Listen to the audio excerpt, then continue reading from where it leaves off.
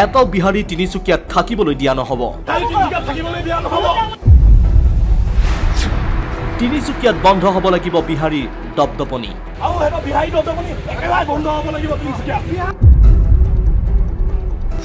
বিহাৰী দিৱসৰ পাছতে এইবাৰ ছট পূজা অনুষ্ঠিত কৰাক লৈ উত্তপ্ত ঐতিহাসিক মটক ৰাজ্য তিনিচুকীয়া।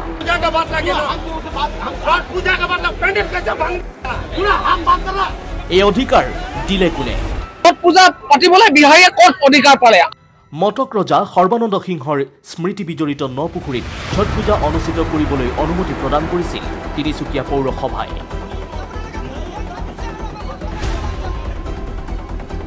নপুখুৰীত ছট পূজা অনুষ্ঠিত কৰিবলৈ ওলোৱা কাৰ্যত ক্ষোভিত তিনিচুকীয়াৰ প্ৰতিগৰাকী অসমীয়া।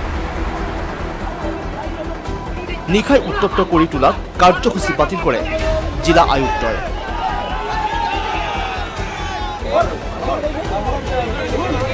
কাৰ্যসূচী বাতিল কৰাক কেন্দ্ৰ কৰি জয় শ্ৰীৰাম ধ্বনিৰে পথ অৱৰোধ বিহাৰী সম্প্ৰদায়ৰ একাংশৰ। ঘটনাস্থলীত উপস্থিত হৈ আৰক্ষীয়ে পৰিস্থিতি নিয়ন্ত্ৰণ কৰাৰ লগতে নিৰাপত্তাৰ ব্যৱস্থাৰ মাজেৰে পূজা অনুষ্ঠিত কৰিবলৈ অনুমতি প্ৰদান কৰাৰ প্ৰতিশ্ৰুতি দিয়ে। আমাৰ এইটোৱে লোৱা হৈছে যে যিহেতু ৰাইজ ওলাই আহিব পূজাৰ কাৰণে, তো গতিকে লোকেশ্যনটোৰ ভিতৰতে এডোখৰ মানে ভাল লোকেশ্যন এটা চাই পেলাই তেওঁলোকে যাতে পূজা কৰিব পাৰে শান্তিপূৰ্ণভাৱে, সেইখিনি আমি হ'ব বুলি তেওঁলোকক জনাইছোঁ। এতিয়া সুৰক্ষা ব্যৱস্থা ইয়াত গোটেই পুলিচৰ ফ'ৰ্চটো ইয়াত আছে আৰু আমাৰ ফালৰ পৰাও ইয়াত মেজিষ্ট্ৰেট ৰিপৰ্ট কৰা হ'ব। গতিকে যাতে তেওঁলোকে কৈছে যে বেছি মানুহ নহয়, আগবেলা আৰু পিছবেলা মিলাই 200 মান হ'ব বুলি কৈছে। গতিকে এইখিনি আমি আমাৰ ফালৰ পৰা এইখিনি ছিকিউৰিটি ব্যৱস্থা আমি কৰাই দিম। কিন্তু ক্ষোভিত দল সংগঠনৰ লগতে তিনিচুকীয়াৰ প্ৰতিগৰাকী অসমীয়াই ইয়াৰ বিৰুদ্ধে বৃহস্পতিবাৰে পুৱাৰ ভাগতে ওলাই আহে। ছট পূজা পতাক লৈ নাই কোনো আপত্তি, কিন্তু মটক ৰজা সৰ্বানন্দ সিংহৰ স্মৃতি বিজড়িত কোনো স্থানতে কৰিব নোৱাৰিব ছট পূজা। ইয়াৰ বাবে দায়ী কোন? জবাবদিহি তিনিচুকীয়া প্ৰশাসনক। আমি ইয়াত ৰৈ আছো এটা সিদ্ধান্ত কৰিবৰ কাৰণে যে আমাৰ যি ঐতিহাসিক নপুখুৰী মৌত নন্দন কানন, তাত আমাৰ যি ছট পূজা পাতিবলৈ বিহাৰীয়ে ক'ত অধিকাৰ পালে? আৰু এতিয়া আজি প্ৰায় 12 ঘণ্টাৰ ওপৰ উকলি গ'ল, এতিয়া বিহাৰীয়ে আমাক ফটো পাতিব পৰা হ'ল। এইটো কেনেকুৱা ধৰণৰ হ'ব পালে? কোন ৰাজনৈতিক নেতাৰ ষড়যন্ত্ৰ বলি হৈ আমাৰ এই অসমীয়াক আজি গোষ্ঠীগত সংঘৰ্ষ কৰিবৰ বাবে চিন্তা কৰি আছে? কিন্তু ইয়াৰ বাবে দায়ী প্ৰথমতে কম তিনিচুকীয়া মিউনিচিপালিটিৰ যি এজন পৌৰপতি পুলক চেতিয়া, ইয়াৰ বাবে একমাত্ৰ দায়ী। তাৰপিছত আছে প্ৰশাসন। ইয়াক কেনেকৈ ইয়াক অনুমতি পালে দিলে তেখেতলোকে যে আমাৰ কীৰ্তিচিহ্নসমূহৰ ওপৰত পূজা পাতল কৰিবলৈ দিবৰ বাবে? ইয়াত আমাৰ বেংগল ৰাজ্যৰ অসমীয়াৰ অধিকাৰ আছে, অসমৰ ৰাইজৰ অধিকাৰ আছে, যি নিজকে ভাবে।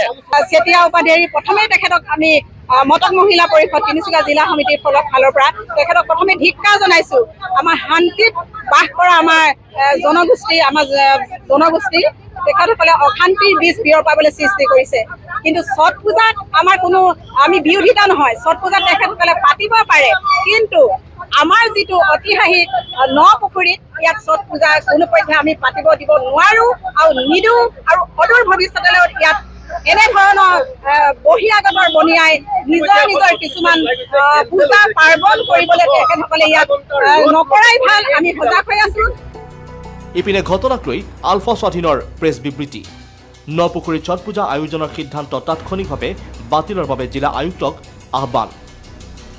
হেঁচাত কাৰোবাৰ ছত্ৰছায়াত আৰু কাৰোবাৰ ৰাজনৈতিক চক্ৰান্তৰ বলি হৈ প্ৰশাসনে যে এনেবোৰ কাণ্ড কৰিবলৈ গৈছে, এই কথা স্পষ্ট হৈ পৰিছে। ইয়াৰ এটা মূল উদাহৰণ আমি দেখুৱাই দিব বিচাৰিছো যে প্ৰশাসনে সন্ধিয়াৰ সময়ত এখন পৌৰসভাৰ পৌৰপতি পুলক চেতিয়া ডাঙৰীয়াই এখন নটিচ প্ৰেৰণ কৰিলে যে ইয়াত কোনো ধৰণৰ ছট পূজা পালন কৰিবলৈ যি অনুমতি NOC দিয়া হৈছিল, এই NOC বাতিল কৰা হ'ল।